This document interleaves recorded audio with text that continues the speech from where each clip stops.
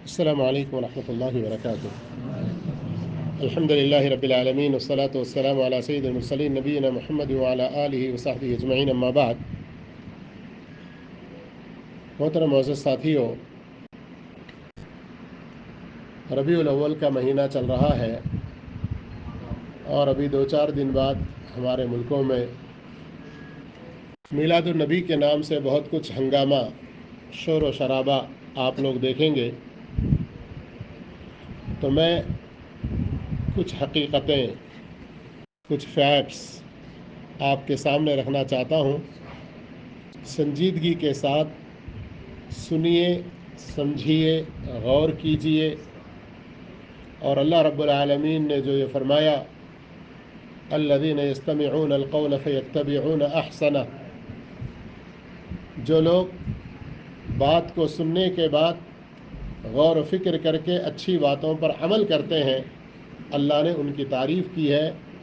ان نیک لوگوں میں سے ہونے کی کوشش کیجیے۔ اللہ مجھے آپ کو سب کو نیک توفیق عطا فرمائے۔ آج کئی ملکوں میں میلاد النبی کے نام سے 12 ربیع الاول کو چھٹی بھی دی جاتی ہو، کچھ حکومتوں کی طرف سے سرپرستی بھی کی جاتی ہو، لیکن جو حق ہے وہ حق ہے اور جو باطل ہے وہ باطل ہے۔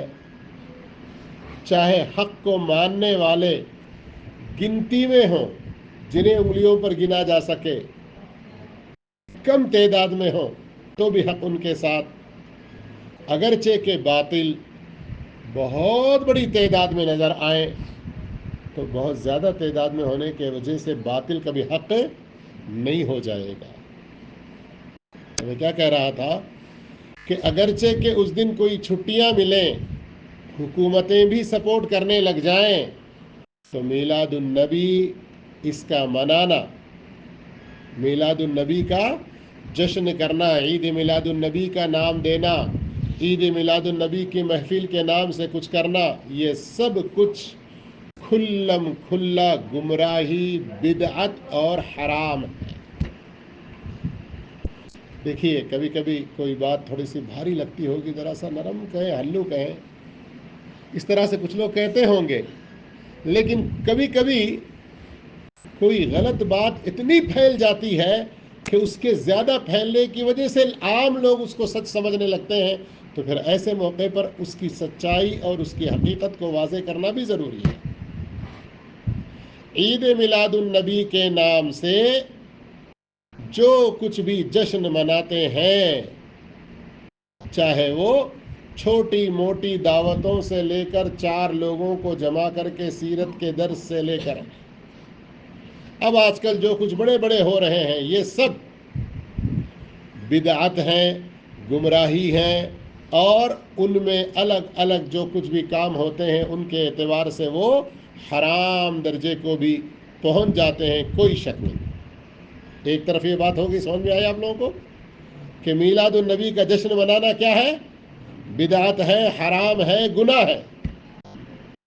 اور شوقیہ طور پر ہم تو بدعت نہیں کرتے، ہم تو میلاد النبی نہیں مناتے، لیکن جہاں ہوتا ہے وہاں جا کر دیکھنا، ان کی تعداد کو بڑھانا، یہ بھی ناجائز اور حرام، سورۃ النساء اور سورۃ الانعام کی آیت کی روشنی میں۔ اسی طرح سے میلاد النبی کے حوالے سے شوق سے ٹک ٹاک پہ، فیس بک پہ، یوٹیوب پہ اور دوسرے کسی بھی سوشل پلیٹ فارم پر ان کے ویڈیوز کو شوق سے دیکھنا اور ان کے ویورز کو بڑھانا، ان کے سبسکرائبرز کو بڑھانا، یہ بھی بدعت کا سپورٹ کرنا، حرام کی تائید کرنا، گناہ کے کام میں ہاتھ ڈالنا ہے۔ سمجھ میں آ گئی بات؟ یہاں تک تو یہ باتیں سمجھ گئے ہیں۔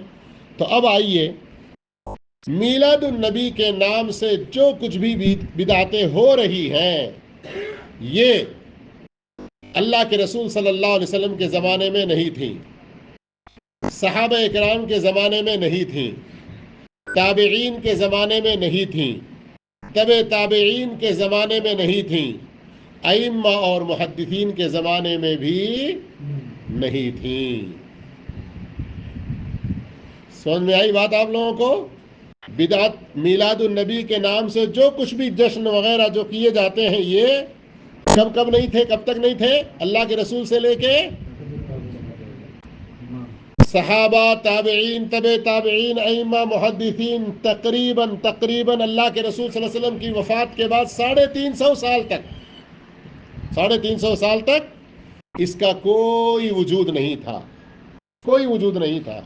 سب سے پہلے جس نے اس کو ایجاد کیا، میلاد النبی کو سب سے پہلے جس نے ایجاد کیا، کون ہے وہ؟ المعز لدین اللہ کے نام سے اپنے آپ کو فیمس ہو کر وہاں زبردستی اپنی ایک جاہلانہ ٹیم بنا کر وہاں کی حکومت پہ قبضہ کر کے وہاں جو ظالم غاصب بنا بیٹھا مصر کے اندر، اس نے یہ ایجاد کیا۔ مختصراً سب سے پہلے یہ کب ایجاد ہوئی؟ اللہ کے رسول کی وفات کے کتنے سال کے بعد؟ بھئی آپ لوگوں کو سبق یاد رہنا ہے، اس لیے دہرا رہا ہوں، زبان کھول کے کہیے، ورنہ یہاں چیل اڑی کہتے ہیں، ادھر باہر جا کر بھینس اڑی کہتے ہیں۔ اس لیے سبق توجہ سے سننا، جب استاد پوچھ رہے ہیں کہ بولو، دہراؤ اور ایک بار، تو کہنا، اس سے سبق آپ کو اچھی طرح سے یاد رہے گا۔ اللہ کے رسول صلی اللہ علیہ وسلم کی وفات کے کتنے سال کے بعد یہ میلاد کی بدعت شروع ہوئی؟ 350 سال کے بعد۔ اگر یاد رکھنا چاہ رہے ہیں ہجری سال، تو 362 ہجری میں۔ کب؟ 362 ہجری میں۔ اور یہ مصر میں اس کا آغاز ہوا۔ جن لوگوں نے اس کو شروع کیا وہ لوگ جھوٹ موٹ اپنے آپ کو فاطمی کہتے تھے۔ اپنے آپ کو کیا کہتے تھے؟ آج کل دنیا میں دیکھ رہے ہیں نا، بہت سارے دہشت گرد اپنے آپ کو کہتے ہیں دیش بھکت، کہتے ہیں نا۔ یہ لفظ کیسا بن گیا آج کل؟ جو جتنا زیادہ اپنے آپ کو دیش بھکت کے جھوٹے نعرے لگا رہا ہے، وہ اتنا زیادہ دیشیوں کو ختم کر رہا ہے۔ دیکھ رہے ہیں نا؟ تو یہ لوگ اپنے آپ کو فاطمی کہتے تھے، دھوکہ دینے کے لیے مسلمانوں کو، کہ ہم اللہ کے رسول کے خاندان فاطمہ رضی اللہ تعالیٰ عنہ کی نسل سے، لیکن یہ پکے جھوٹے تھے۔ یہ لوگ فاسق، فاجر، ملحد، جابر، ظالم، خبیث، نجس، مجوسی، ظاہر میں رافضی اور باطن میں کافر تھے۔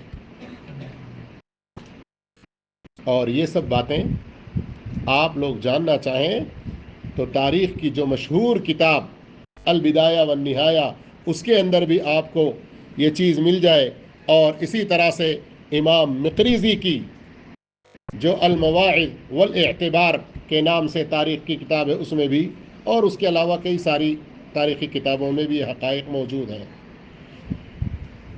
اور ان ظالموں نے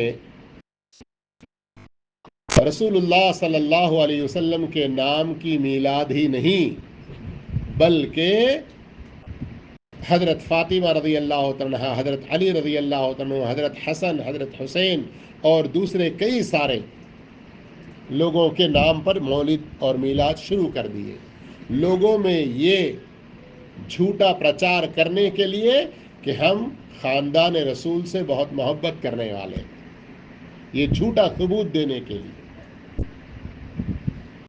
اور انہی کے حکومت میں اہل السنہ والجماعہ، صحابہ کے نقش قدم پر چلنے والے، قرآن و سنت کی پیروی کرنے والے اچھے سچے بہت سے علماء کو ان ظالموں نے ذبح کر دیا، اور لگ بھگ 100 سال تک یہ چلتا رہا۔ 465 ہجری میں افضل بن امیر الجیوش کر کے ایک حاکم آئے، جنہوں نے اس کو پوری طرح سے ختم کر دیا، اس کو پوری طرح سے ختم کر دیا، لیکن ابھی زیادہ عرصہ نہیں گزرا تھا، لگ بھگ کوئی 60 سال گزرے ہوں گے۔ اس کے بعد عراق میں ایک اور بدبخت آیا، اس نے حکومتی سطح پر بہت بڑے پیمانے پر اس کو شروع کیا۔ اتنے بڑے پیمانے پر عراق میں یہ جو شروع ہوا کہ ہزاروں بلکہ لاکھوں کی تعداد میں کھانے پینے وغیرہ، میٹھے اور مختلف قسم کے گوشت رکھ کر، چھٹی کروا کے، لوگوں کو جمع کر کے، مولد کے نام پہ ترانے وغیرہ پڑھوا کے بڑے پیمانے پر شروع کیا۔ اب آپ لوگ پوچھیں گے کہ کیا اس زمانے میں اچھے سچے علماء نہیں تھے؟ وہ لوگ اپنی آواز اٹھا رہے تھے، جیسے آج ہم بیان کر رہے ہیں، آپ کو سنا رہے ہیں کہ یہ بدعت ہے، بول رہے ہیں کہ نہیں بول رہے ہیں؟ اس زمانے میں بھی سچے علماء اس بدعت کا انکار کرتے تھے، لیکن جس کی لاٹھی اس کی بھینس۔ اس طرح سے جب 465 ہجری میں افضل بن امیر الجیوش آئے، اچھے عقیدے اور اچھے انسان، سنت کی پیروی کرنے والے، تو ان بدعتوں کو ختم کروا دیا۔ پھر جب نام کے مسلمان لیکن قرآن و سنت کی سچی پیروی کرنے والے نہیں تھے، تو پھر انہوں نے ان بدعتوں کو، کسی نے خود ہی بڑے پیمانہ پر شروع کیا، تو کسی نے کہیں اجازت دے دی، لوگوں کو روک تھام نہیں ہوئی۔ لیکن کسی زمانے میں ایسی بدعتیں پھیلیں، وہاں اس زمانے کے علماء حق اس کو روکنے کے لیے برابر اپنی کوششیں، برابر اپنی قربانیاں پیش کرتے رہے۔ اور ایک بہت ہی عجیب بات، میں نام نہیں لینا چاہتا ان کا، ایک صاحب ہیں، آج کل شیخ الاسلام کے لقب سے مشہور ہو رہے ہیں، اتنی بڑی موٹی کتاب 800 صفحے کی میلاد کے سپورٹ میں لکھی۔ کس کے سپورٹ میں لکھی؟ میلاد منانے کے سپورٹ میں اتنی موٹی 800 صفحے کی کتاب لکھی۔ لیکن بہت عجیب بات کیا ہے، اس کے صفحہ نمبر 891 میں بہت صراحت کے ساتھ لکھا کہ قرون اولیٰ کے مسلمان میلاد النبی کے نہ منانے کا سبب، سمجھ میں آ رہا کچھ آپ لوگوں کو؟ قرون اولیٰ کے مسلمانوں کے میلاد النبی نہ منانے کا سبب، قرون اولیٰ سے مطلب اللہ کے رسول صلی اللہ علیہ وسلم اور ان کے بعد صحابہ، تابعین، تبع تابعین وغیرہ کا جو زمانہ، اس زمانے میں میلاد النبی نہیں ہوئی، میلاد النبی کا جشن نہیں ہوا۔ پہلے بھی ہم نے سنا ہے نا، تو وہ صاحب بھی اعتراف کرتے ہیں جنہوں نے تائید میں اتنی بڑی کتاب لکھی، یہ کہتے ہیں کہ صحابہ کے، تابعین کے، تبع تابعین کے زمانے میں میلاد النبی نہیں ہوئی، اب اس کے بعد کیوں نہیں ہوئی وہ سبب لکھتے ہیں نیچے۔ مطلب یہ ہے کہ وہ بھی مان رہے ہیں کہ نہیں ہوئی۔ سمجھ میں آ رہی بات؟ اسی کو کہتے ہیں الحق ما شہد بہ الاعداء، سچ تو وہ ہے دشمن بھی اس کا اعتراف کرنے لگے۔ ایک مثل ہے یہ۔ تو بتانے کا مقصد ہے میرے بھائیوں، عید میلاد النبی کے نام سے جو کچھ بھی جشن ہو رہا ہے، جیسے شروع میں ہی ہم نے آپ کو بتلا دیا، سمجھا دیا، میلاد النبی کا جشن منانا، میلاد النبی کے جشن میں حاضر ہونا، میلاد النبی کے جشن کے کلپس، ویڈیوز وغیرہ شوق سے دیکھنا، یہ سارا کچھ بدعت، حرام، ناجائز، گناہ کا کام ہے۔ گناہ اور حرام کے کاموں میں یہ سپورٹ کرنا ہے، اس سے بچنا چاہیے۔ اللہ کے رسول صلی اللہ علیہ وسلم کے زمانے سے لے کر آپ کے بعد صحابہ، تابعین، تبع تابعین وغیرہ کے کسی کے زمانے میں یہ نہیں تھا۔ کتنے سو سال کے بعد شروع ہوا؟ 350 سال کے بعد 362 ہجری میں سب سے پہلے مصر کے اندر ایک ایسے حاکم نے شروع کیا جو رافضی تھا ظاہراً اور کافر تھا باطناً اپنے اندر سے، اور اس نے میلاد النبی کے علاوہ میلاد حسن، میلاد حسین، میلاد علی وغیرہ دوسرے اور کئی سارے شروع کر دیے، اور یہ وہ ہے جس نے علماء حق کو قتل کیا اور اچھے اچھے لوگوں پر بڑے ظلم ڈھائے۔ اب یہاں تک یہ حقیقتیں سمجھ میں آنے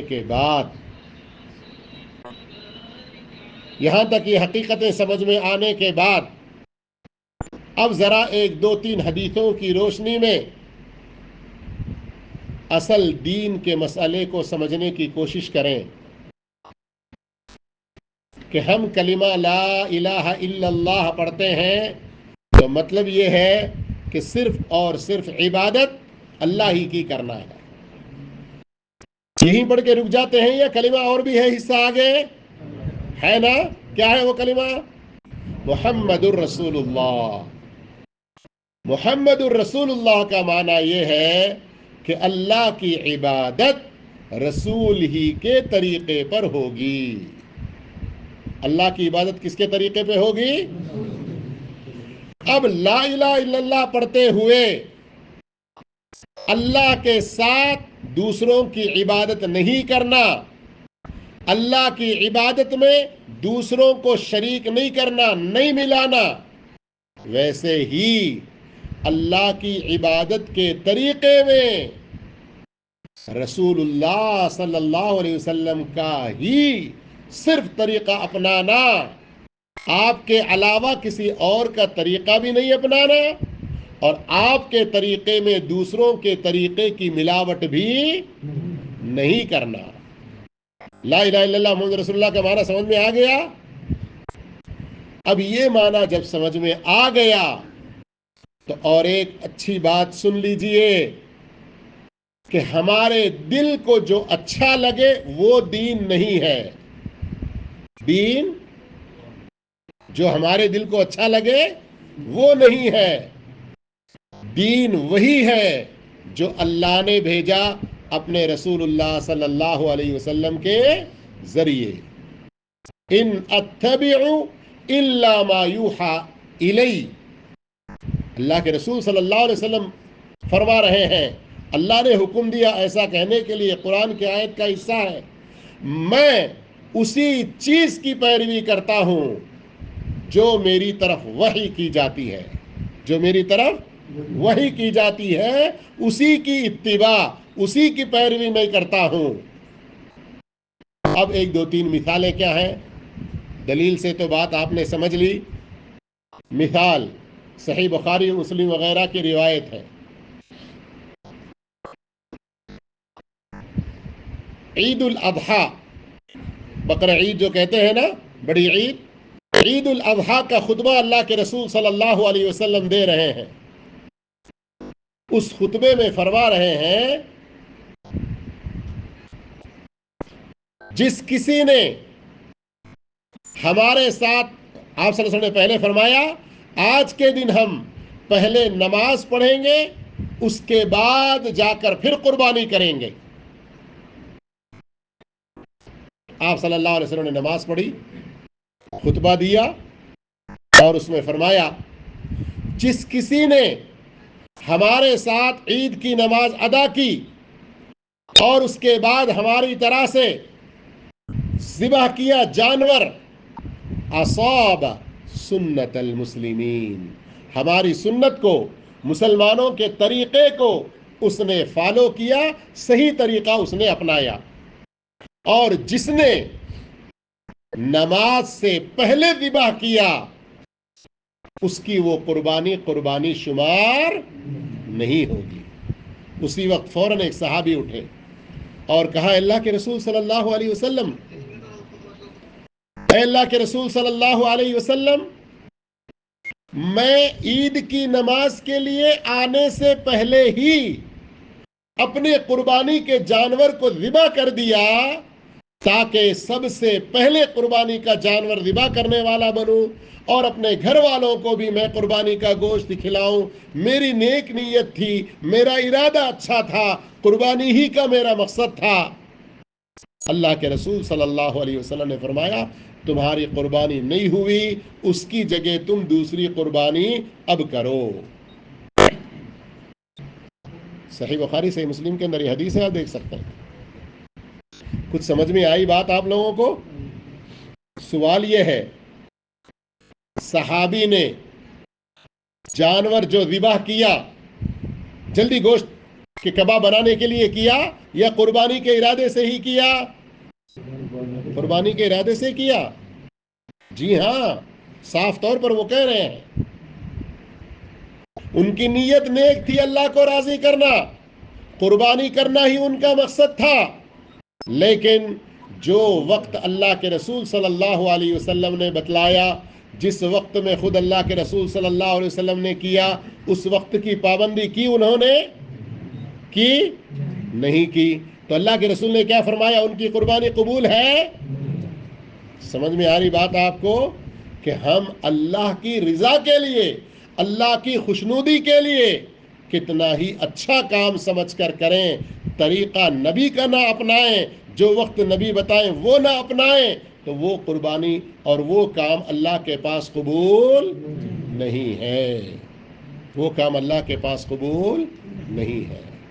اس طرح اگر ہم دیکھیں کئی اور ساری مثالیں ہمیں مل جائیں گی حدیثوں کے اندر.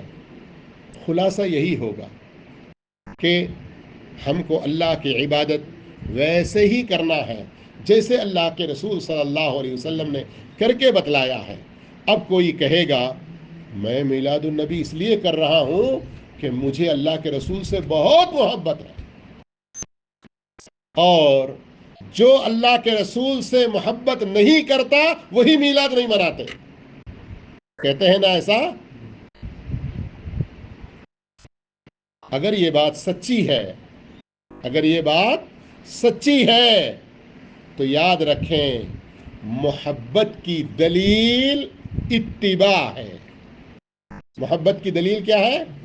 جیسے نبی نے کیا, نبی نے کرنے کے لیے کہا, نبی کی صحیح پیروی کرنا, یہ محبت کی دلیل ہے. اپنی منمانی کچھ کر کے محبت کا نام دینا یہ محبت کی دلیل نہیں ہے. یہ محبت کی دلیل نہیں ہے. قرآن مجید سورہ آل عمران کے اندر اللہ فرماتا ہے قل ان کنتم تحبون اللہ فاتبعونی. اللہ کے رسول کی زبانی کہلوایا کہ نبی آپ کہہ دیں اگر سچے محبت کرنے والے ہو تم تو میری اتباع کرو. اتبعونی, میری اتباع کرو, میری پیروی کرو. اور ترمذی کی روایت ہے من احب سنتی فقد احبنی, جو میری سنتوں سے محبت کرے گا, جو میری سنتوں سے, میرے طریقے سے محبت کرے گا, وہی حقیقت میں مجھ سے محبت کرنے والا ہے. صحیح بخاری کی روایت ہے.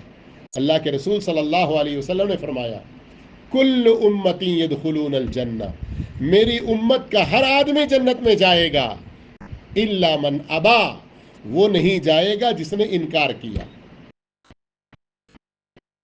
ایک طرح سے دیکھیں تو اس میں خوشخبری ہے نا کہ جو بھی اپنے آپ کو اللہ کے رسول کا امتی کہتا ہے وہ سب جنت میں جائیں گے, لیکن اللہ کے رسول کیا کہہ رہے ہیں, وہ نہیں جائے گا جو جانے سے انکار کر دے. صحابہ کو بڑا تعجب ہوا کہ کوئی مسلمان ہو, اللہ کے رسول کا امتی ہو اور جنت میں جانے سے انکار کرے گا, کرے گا. صحابہ نے پوچھا وَمَنْ يَأْبَى يَا رسول اللہ, اے اللہ کے رسول صلی اللہ علیہ وسلم جنت میں جانے سے کون انکار کرے گا؟ تب آپ صلی اللہ علیہ وسلم نے فرمایا من اطاعنی, جس نے میری اطاعت کی. جیسے میں نماز پڑھا ویسے پڑھا, جیسے میں داڑھی رکھتا ہوں ویسے رکھا, جیسے میرے کپڑے ہیں ویسے ہی, جس طرح کا میرا چال ڈھال, جس نے میری پیروی کی, میرے طریقے کو اپنایا, دخل الجنہ، وہ جنت میں داخل ہوگا. ومن عصانی، جس نے میری نافرمانی کی، میری اطاعت نہیں کی، میری بات کو نہ مانا، میری سنت آنے کے باوجود اس کو ٹھکرایا اور محبتوں کے نام پر اپنے من گھڑت بہت سارے کام کر لیے، فقد ابا، وہ ہے انکار کرنے والا. یعنی جنت میں جانے سے انکار کرنے والا حقیقت میں زبان سے نہیں، کیا ہے؟ اللہ کے نبی کی سچی تابع داری، اللہ کے نبی کی سچی پیروی نہ کرنا. اب آج دیکھ لو، میلاد کے نام پہ جتنے سارے بڑے جشن ہوتے ہیں اس میں نمازیں کس طرح سے برباد ہو رہی ہیں. وقت پر نماز پڑھنا نبی کا طریقہ ہے نا، اس سنت پر عمل ہے. آج کے میلاد کے جلسوں میں، جلوس میں، ریالیوں میں گانے بجانے، ڈانس وغیرہ، کتنی ساری منکرات اور حرام کام، یہ ہے نبی کا طریقہ؟ سوچو میرے بھائیو.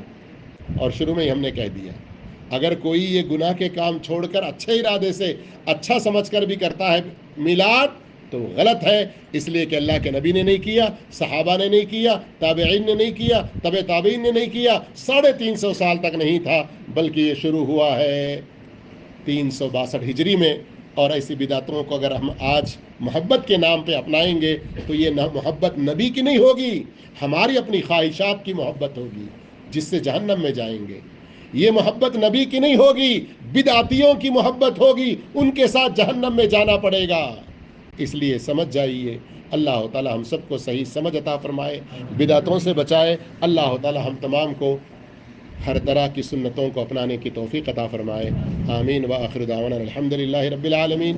والسلام علیکم ورحمۃ اللہ وبرکاتہ.